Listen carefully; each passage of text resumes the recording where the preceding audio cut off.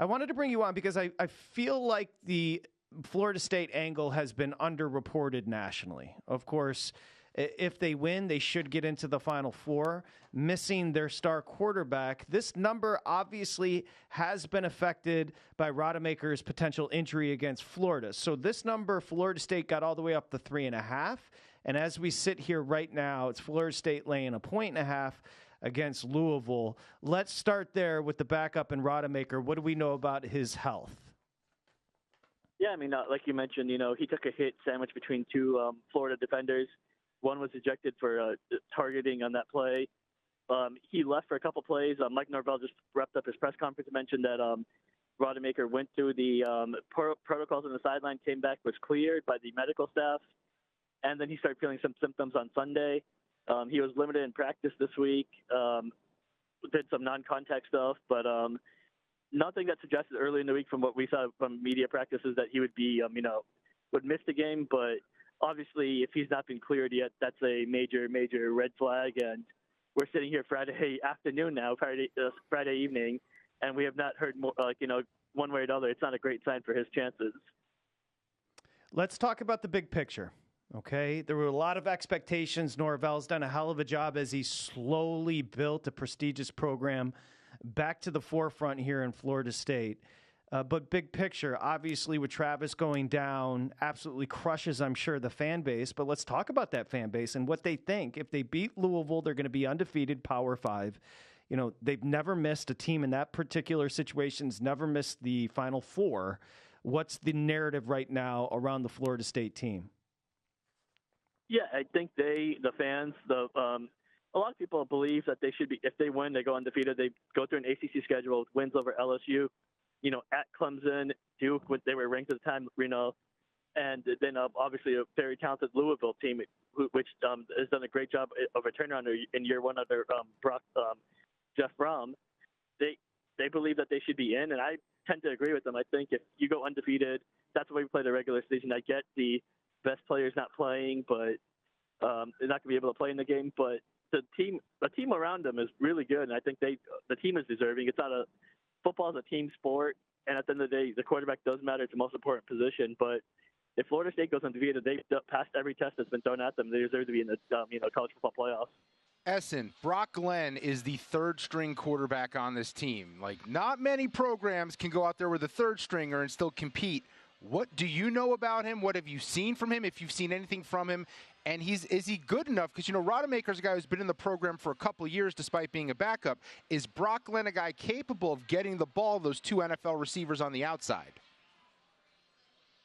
I believe he is. He plays with a ton of confidence. He's a freshman, an early enrollee who got in early and impressed. The coaches, the entire coaching staff was just thrilled by his enthusiasm, his passion to learn, and he did a really good job to start off with.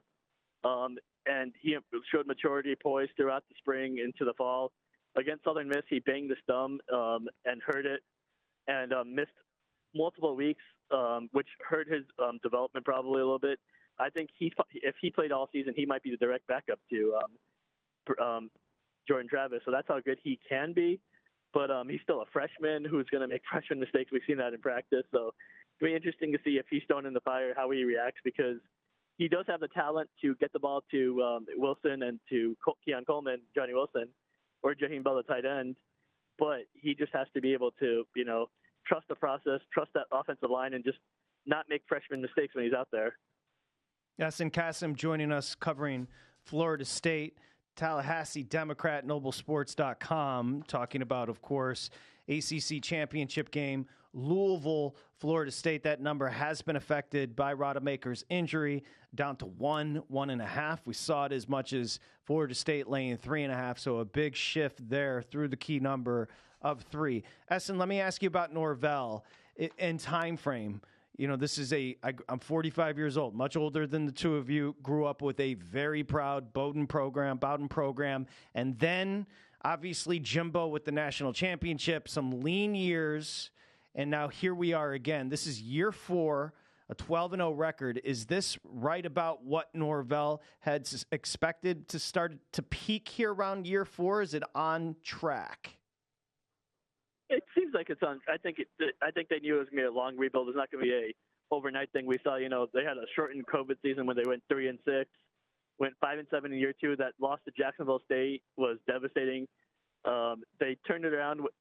Started that season 0-4, finished 5-3 to finish the season. Only reason they probably lost to Florida was because on the road was because Jordan Travis went down with an injury during that game. Could have had an even better start to the end of the season.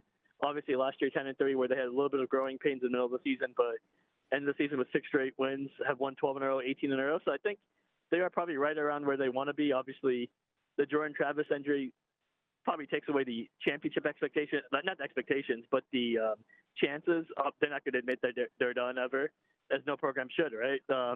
But yeah, I mean, they are right on track. And now, what I'm most impressed about is, Norvell has built this team through a transfer portal and lower level high school recruits, 3 stars, low 4 stars.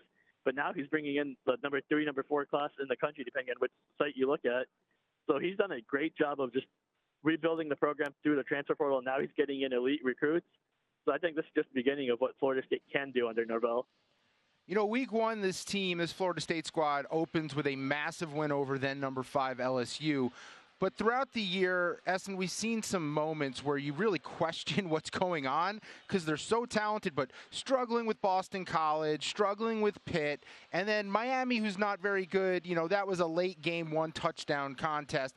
And because the schedule hasn't been so difficult for them this year, do you have any concerns about the Seminoles maybe peaking too early in their season? I think that's a fair thing. They keep telling us after the game, they're like, oh, wait till we play a complete game. Wait till we play a complete game. I'm like, you're 12 games in. What does that mean at this point? They might have played their best game against LSU. I think that might be, or Southern Miss the first 2 weeks when they scored 45 and 66 respectively. That might have been their 2 best games because we have not seen a complete game where they just dominated a team from start to end, outside of maybe Wake Forest on the road, which was an impressive win. But once again, like you mentioned, not a great Wake Forest team. A little bit of struggles again. We fell down 13-0 against North Alabama, 12-0 against a not very good Florida team. So I do have think maybe they might have peaked too early, and unfortunately, that's how their schedule is set up, where they had 2 top 10 games in the first 4 weeks. Let me get a prediction before we say goodbye here, Essen. Florida State, Louisville. What do you got? ACC Championship game. Oof. So can I give you 2 predictions if he plays and if not? Of course you can. Go for it. All right. So I had 31-24 Florida State. 34-27 Florida State if Tate plays, if Rademaker plays. If he doesn't play, I'll still go Florida State wins, but I'll go much lower score. Let's say 27-24. Go to VSiN.com/subscribe to become a VSiN Pro subscriber today.